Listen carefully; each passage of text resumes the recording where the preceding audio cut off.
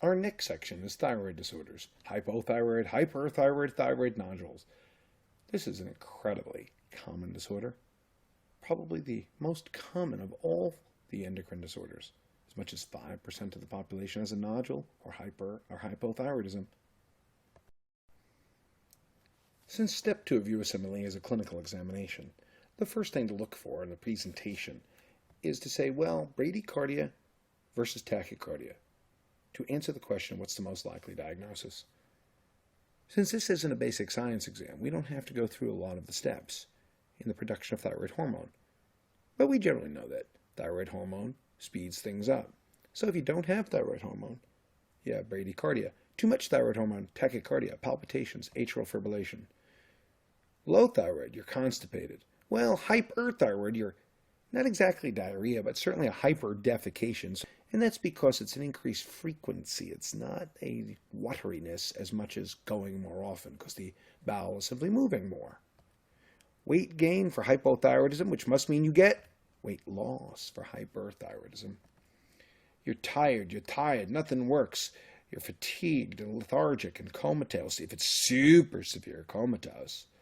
And that is because thyroid hormone controls the sodium, potassium, ATPase on virtually every cell in the body. So if you're hyperthyroid, you'll get anxious and nervous and jittery. Increased sympathetic stimulation makes you tremulous.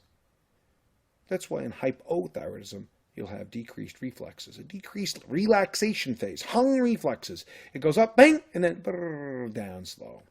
Whereas hyperreflexia and certainly tremor with hyperthyroidism. People can't handle the cold when they're hypothyroid. They can't handle the heat when they're hyperthyroid. And finally, hypothyroidism makes dry skin with coarse, thick hair and hypothermia. And hyperthyroidism makes you sweaty, sometimes febrile, with thin, fine hair. In hypothyroidism, generally speaking, everything is slow. And hyper, everything is fast. The cause of hypothyroidism is almost always, most of the time, from simple failure of the gland. It's sort of like a postmenopausal thyroid. It's failure of the gland from burnt out Hashimoto thyroiditis. An acute phase of hyperthyroidism is rarely felt. It can also be from a deficiency of iodine or amiodarone, because remember, amiodarone chemically looks a lot like thyroid hormone, has a lot of thyroid manipulations. And what you should look for is that everything in hypothyroidism, everything is slow except menstruation, which is increased, menorrhagia. The best initial test for hypothyroidism is that when you have a person who is hypothyroid, you should be looking for a TSH, and a TSH that is markedly elevated is with the gland that has failed. If the TSH is suppressed, what you should be looking at is that T4. But the bottom line is, for hypothyroidism, get a T4 and a TSH almost all the time. If the gland has failed, the T4 level will be low and the TSH will be high. And it's easy, hypothyroidism. Just replace. But don't replace too much. If people have coronary disease, you'll provoke a myocardial infarction. Hyperthyroidism is a bit more complicated because you have multiple causes. You got Graves' disease. Simply an overactive production of thyroid hormone. And it's also the only one that has eye and skin findings. The others do not have eye and skin findings. Eye and skin is unique to Graves' disease. Gee, what's the difference between proptosis and exophthalmos? The answer is nothing. Nothing. Subacute thyroiditis is also characterized by a tender gland. That's why the term painful thyroiditis or de Quervain's thyroiditis in the past was used, because it's the only one that actually hurts.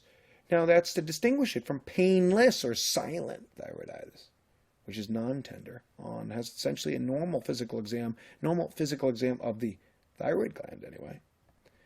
Now what about people who just feel the need to lose weight, so they start taking thyroid hormone to lose weight, which will work? Well, the gland is gone. It's missing. Involuted gland isn't palpable. The same way guys who abuse testosterone get really big deltoids. Oh, your pectorals are so large. But I notice you're taking that testosterone. I know something about you that's very small. Well, the same way people who abuse sex hormones, particularly men, they get teensy tiny little raisin-sized gonads and testicles. The same way that people abuse thyroid hormone for weight loss purposes get a teeny tiny little gland that can't be found. So why is it that people who are athletes, why don't they abuse thyroid hormone? They take growth hormone. Of course, IGF makes muscles grow, gives you energy. Boom. Of course, they'll take testosterone, makes those muscles grow. Could take erythropoietin, make the hematocrit grow up. So why not take thyroid hormone? Well, that's because at pathologically increased amounts, excess thyroid hormone actually consumes muscles. It'll actually start to break them down. It'll actually start to cause a thyroid steroid-induced myopathy. Now, pituitary adenoma is the only one of the causes of hyperthyroidism that's associated with a high TSH. None of the others have a high TSH. All other forms of hyperthyroidism have a low TSH. High T4 thyroid hormone and a high TSH equals a pituitary adenoma.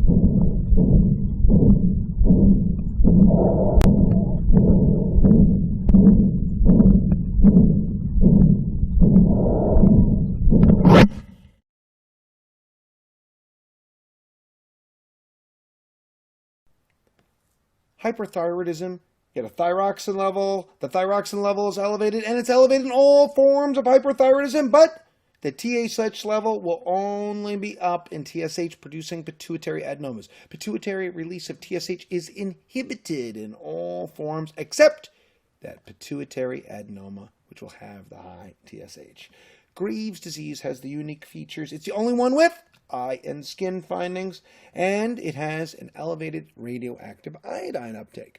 And you might say, well, wait a second, I thought radioactive iodine was used to get rid of the gland. I thought radioactive iodine was used to ablate the gland. And the answer is, it is. But it's a different type of radioactive iodine. There's diagnostic radioactive iodine and therapeutic that obliterates and ablates the gland. The same way we have radiation, where you can take a CT scan of a head, and radiation where you can use on a brain tumor. So Graves' disease is simply an over-functioning gland because of thyroid-stimulating immunoglobulin, thyroid-stimulating antibodies. They're essentially antibodies that act like TSH. They turn the thyroid gland into the on position as an autoimmune phenomena and give you an elevated radioactive iodine. TSH receptor antibodies are found, and that is also unique in Graves. There's very little utility for all of these immunoglobulins and antibodies in any form of hyperthyroidism, and Graves' disease is the only one. Here it is, Graves' disease ophthalmopathy. Is that proptosis or exophthalmos? And the answer is it's both. It's either, and the best initial therapy is steroids. Steroids can be used to prevent the accumulation of that glycosaminoglycan in the back of the eye so that it doesn't push your eye forward anymore. And if you're not responsive to steroids, for those unresponsive to steroids, the therapy is radiation. Wow, if nothing else works, what if they're unresponsive to everything? You actually have to do decompressive surgery. And why this is important is all that stuff, the mucopolysaccharides, accumulate behind those eyes and push them forward. Can actually crush the optic nerve. So you need to decompress it and stop it before it can crush the optic nerve and blind the patient. Graves' disease is the only one that gets radioactive iodide. You take advantage of the fact that the gland is hyperfunctioning. You inject radioactive iodide. The iodide will be picked up by the gland, and the gland will be ablated and destroyed by the radioactive iodine. Subacute thyroiditis is only treated with aspirin. It's an anti-inflammatory. When you get rid of the inflammation, the gland problem goes away. Painless, silent thyroiditis, well, that's like antibodies attacking your thyroid. And a thyroid gland is sort of like a ball of littler balls filled with thyroid hormone, that colloid. And when the antibodies rip off the coverings, well, it's sort of like stepping on an orange. It gets juiced, but there's nothing you can do to repair it. It'll calm down on its own. Although it may burn out to hypothyroidism, there's still nothing you can do. People who abuse thyroid hormone just have to stop it. There's nothing you can do. And if it really is a pituitary adenoma, if it really is a person with a TSH-producing adenoma, there's no medical therapy for it. You have to get up the sphenoid and remove it. And in that thyroid storm, we saw profound hyperthyroidism, and everything was stimulated, and you had tachycardia, and maybe some chest pain, and anxiety, and panic attacks. And the best initial therapy, the fastest thing to work, is propranolol, blocks target organ effect. This is one of the only uses of propranolol anymore, non-specific beta blocker, and also inhibits peripheral conversion of T4 to T3. Propranolol is used for essential tremor. Propranolol is used for migraine prophylaxis of panic attack. And it's used for thyroid storm, where we want to block both beta-1 and beta-2. Most students won't know that it blocks peripheral conversion of T4 to T3. That's one of those ways, one of those little things right there where you're going to edge above everybody else. Thiourea drugs means methimazole and propylthiouracil. These drugs block all of the steps in thyroid hormone production in the gland, and even some effect on peripheral conversion. Now, why the thyroid hormone peripheral conversion is such a big deal is this. T4 is much less active. It's converted to T3 with 3 iodides on it. If you can block the conversion to the much more active form, you can really shut off thyroid hormone effect very quickly without having any major adverse effects. Continuing with the treatment, iodinated contrast material blocks up not only the peripheral conversion, but the release of existing hormone. You see, iodine, you might say, well, how does it block it? I mean, I thought that iodine was how you made thyroid hormone. That's true. But if you give a super high amount, if you give much more than usual, it'll block it up. The same way it's like your toilet. It's meant to receive toilet paper, right? But if you use a really large amount, it'll block it up. So it blocks the peripheral conversion because literally T4 to T3 is removing an iodide. If you give a ton of iodide, how can you go down from 4 iodines to 3? It literally keeps that iodine up there and blocks the conversion to the more active form. Steroids, it's hard for people to understand that the role in treating hyperthyroidism is blocks peripheral conversion. It blocks peripheral conversion. And radioactive iodide is more permanent. That's how we go for the cure, how we go for the ablation, get rid of the whole gland in general. It's based on dosimetry, which means you measure the size of the gland and give just enough to cook most of the gland. And the problem? Well, you go too far sometimes. But you know what? It's easier to manage it when people go too far and you burn it out. It's easier to manage hypothyroidism. Just replace the thyroid hormone. Thyroid nodules are found in 5% of women, 1% of men. Wow! And fortunately, 95% are benign. But isn't it amazing? 1 out of every 20 women you meet has a thyroid nodule at some point in their life? That's amazing. Well, you've got to distinguish between the adenoma, colloid nodule, and cyst. And you've got to distinguish which thyroid nodules are hyperfunctioning. See, that's the key issue. If it's cancerous, it's not hyperfunctioning. If it's cancerous, it's like a criminal. Do criminals pay more taxes? They pay extra taxes? Do they put extra food in the store and extra things on the shelf? Do they work more? No. Criminals generally don't contribute. And that's why cancer is non-functioning. If you see something hyper-functioning, it is not a cancer. A 46-year-old woman with a small mass on palpation of the thyroid comes in and she's got no tenderness. She's otherwise asymptomatic. What's the next best step in the management of this patient? The first thing for a woman with a small neck mass is, wow, T4 and TSH. Why? Because you've got to make sure it's not hyperfunctioning. You know, if you have a fine needle aspiration, well, you know what? If it was a hyperfunctioning gland, a hyperfunctioning nodule, it wasn't cancerous. So there's no point in doing that. First, you have to say, is that thing functioning? Because a hyperfunctioning gland does not need to be biopsied. You do the fine needle aspiration if the thyroid function tests, TFTs, are normal.